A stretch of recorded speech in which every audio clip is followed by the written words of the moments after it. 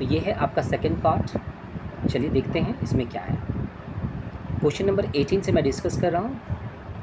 The process of recording attendance of each process and every worker is known as. The process of recording attendance, इसे हम लोग किस में रखेंगे? तो एक एक करके यदि सारे ऑप्शन को आप स्टडी करेंगे तो आपको क्या पता चलता है। सबसे पहला है टाइम कीपिंग, दूसरा है टाइम स्टडी, तीसरा है टाइम रिजर्वेशन, चौथा है टाइम बुकिंग। तो क्या पता चला आपको? एक एक करके ऑप्शन को थोड़ा वेरीफाई करते हैं। टाइम को स्टडी हम लोग नहीं कर रहे हैं, कोई भी फैक्ट्री में जब वर्कर आता है तो इन एंड आउट का तो हिसाब रखना ही पड़ेगा। हम लोग इसे टाइम कीपिंग कहते हैं।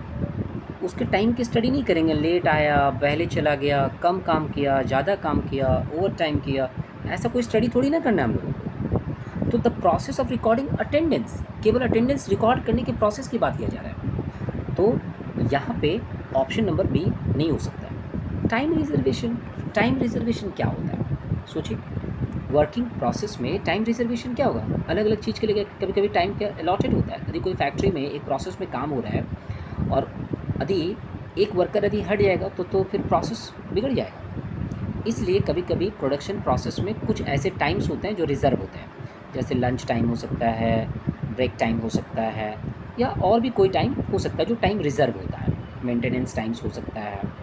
टाइम बुकिंग ये भी हमारे ऑप्शन का नहीं है, तो option number A is the correct answer. ठीक है, time keeping. The process of recording attendance of each process and every worker is known as time keeping.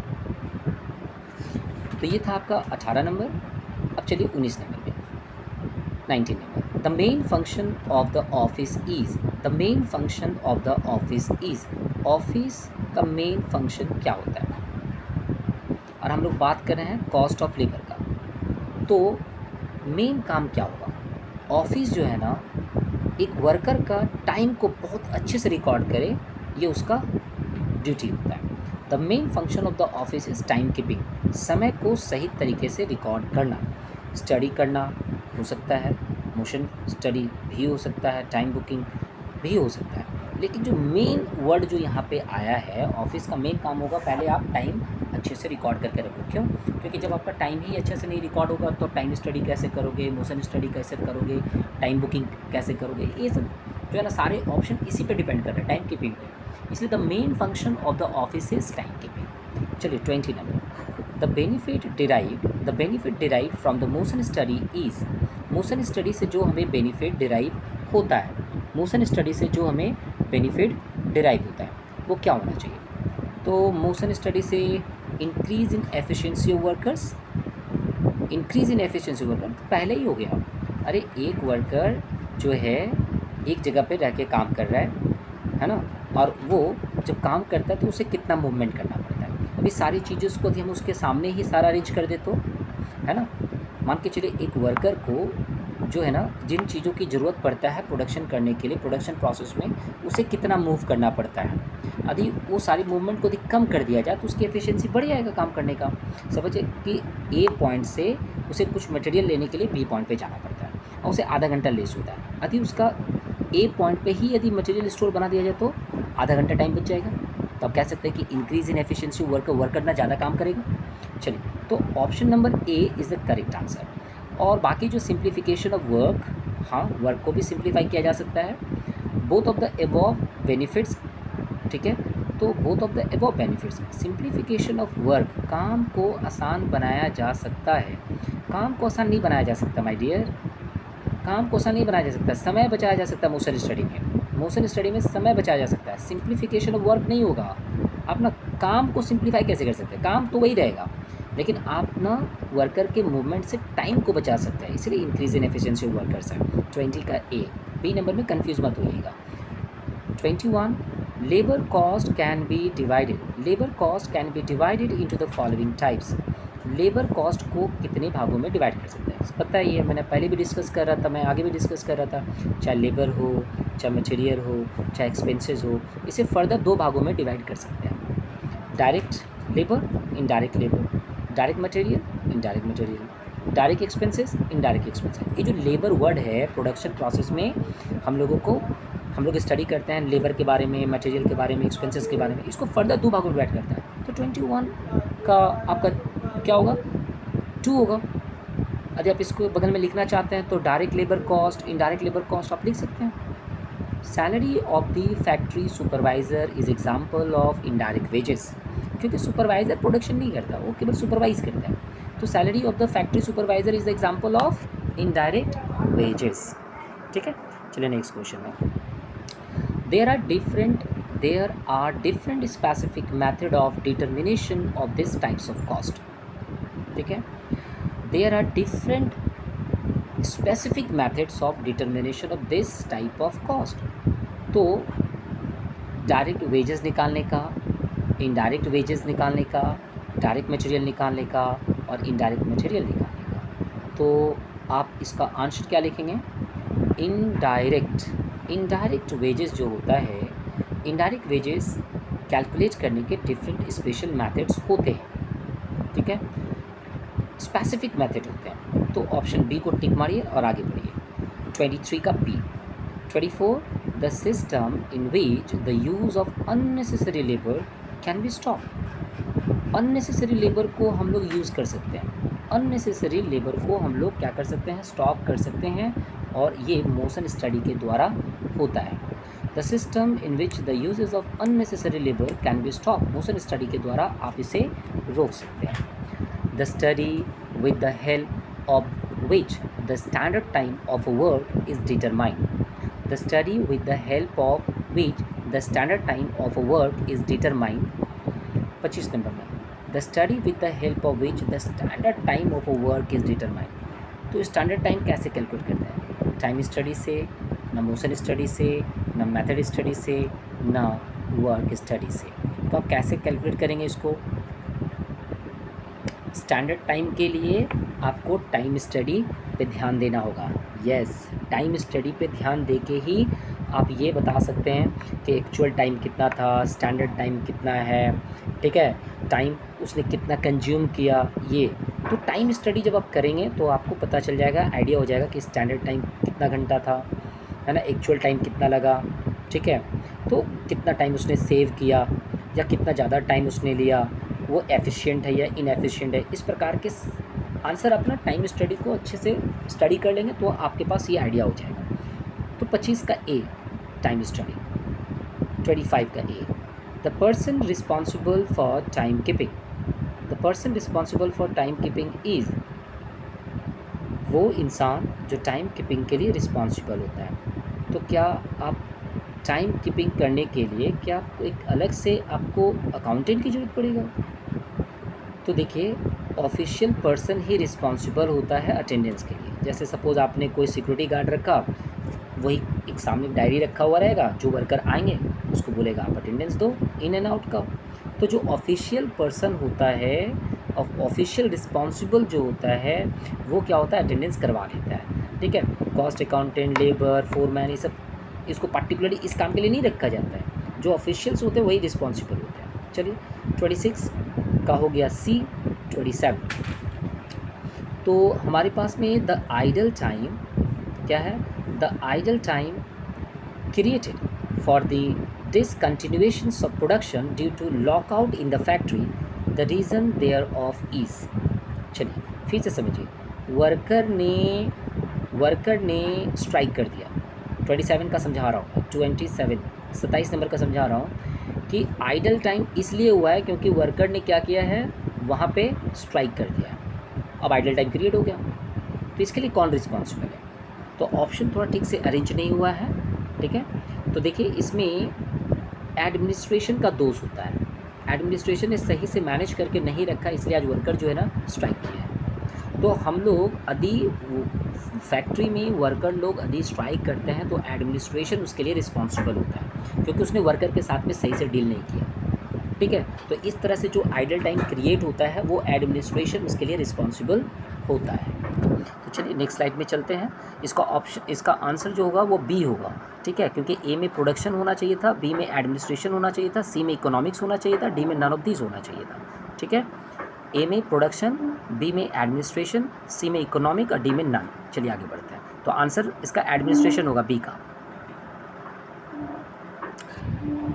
Next question है हमारा, the cause for the creation of idle time due to discontinuations of the productions on account of bad maintenance of machine.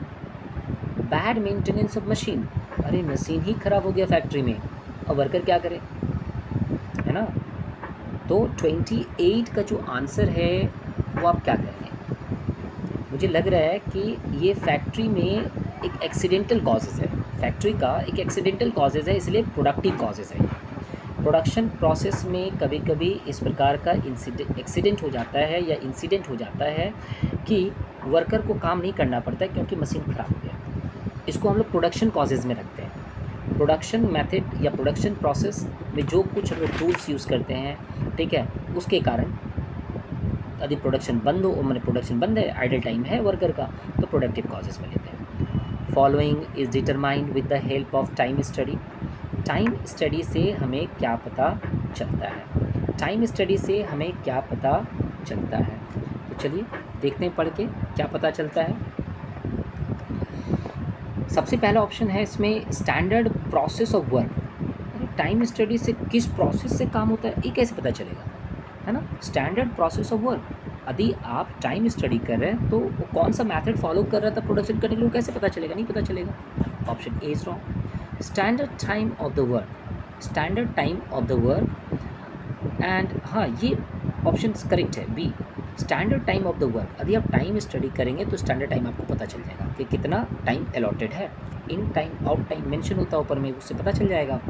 अच्छा, standard flow of the work भी पता नहीं चलेगा, काम अच्छा चल रहा था, ख़राब से चल रहा था, ज़्यादा प्रोडक्शन कर रहा था, कम प्रोडक्शन कर रहा था, ऐसा इन्फॉर्मेशन तो आपको मिलेगा ही नहीं, ठीक है। और ऑल ऑफ दिस होगा नहीं, तो बी नंबर इसका क्या है correct answer. The time which is recorded in time keeping, the time which is recorded in time keeping, the time which is recorded in time keeping. तो 30 number में जो आपसे क्वेश्चन पूछा जा रहा है, पहले क्वेश्चन में आपको समझ में आ जाना चाहिए कि क्वेश्चन क्या पूछा। The time which is recorded in time keeping, चलो टाइम कीपिंग तो नाम हो गया जहाँ पर टाइम को रिकॉर्ड किया जाता है। तो टाइम कीपिंग जहाँ पर रिकॉर्ड किया जाता है, जो टाइम रिकॉर्ड किया जाता है उसे अटेंडेंस कहते हैं। तो attendance time of the worker in the factory, पहला ऑप्शन ही करेक्ट है। टाइम कीपिंग में time spent by the worker in the factory, time keeping में idle time of the worker in the factory नहीं पता चलेगा। Attendance time of the worker in the factory time keeping में, है ना, attendance कैसे पता चलेगा, ठीक है। तो टाइम कीपिंग से मुझे लग रहा है यहाँ पे कि attendance time of the worker पता चलेगा, अटेंडेंस टाइम।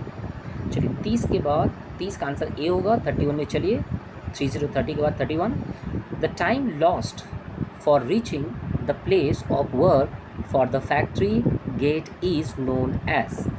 देखिए जब वर्कर किसी फैक्ट्री में इन करता है तो गेट से इन करते ही थोड़ी ना वो काम करना स्टार्ट कर देता है ना। वो फैक्ट्री गेट से इन करेगा, फिर अपने काम करने वाले प्लेस तक जाएगा, इसमें टाइम लॉस होता है। तो इस प्रकार के लॉस को हम लोग कहते हैं नॉर्मल आइडल टाइम। एक वर्कर जब एंट्री करता है तो एंट्री करते ही काम स्टार्ट नहीं कर देता है, इसे हम लोग नॉर्मल आइडल टाइम में कंसीडर करते हैं। नॉर्मल आइडल टाइम में हम लोग इसे कंसीडर करते हैं। नॉर्मल आइडल टाइम तो 31 का पढ़ने की आवश्यकता है क्या? एडिशनल टाइम, नॉर्मल टाइम, अब normal idle time, standard time. B number answer है इसका normal time. Idle time can be controlled in, idle time को कंट्रोल किया जा सकता है, ठीक है। Idle time can be control in, idle time को कंट्रोल किया जा सकता है। सिंपल सी बात है, वर्कर को ना पीस रेट देना स्टार्ट कर दो, इतना पीस बनाओगे इतना पैसा देंगे, आइडल टाइम का झंझट ही खत्म, है ना।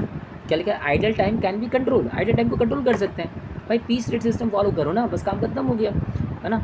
वर्कर कितना सो जा रहा है, कितना स्लो काम कर रहा है, कितना एफिशिएंट है, ये सबका कोई झंझट नहीं है। 5 पीस बनाओ, 5 पीस का पैसा लो, घर जाओ। तो स्ट्रेट पीस रेट सिस्टम इसका आंसर होगा, ठीक है बच्चों। चलिए आगे चलते हैं। Objective of time keeping is, objective of time keeping is, आखिर टाइम हम लोग क्यों मेंटेन करते हैं?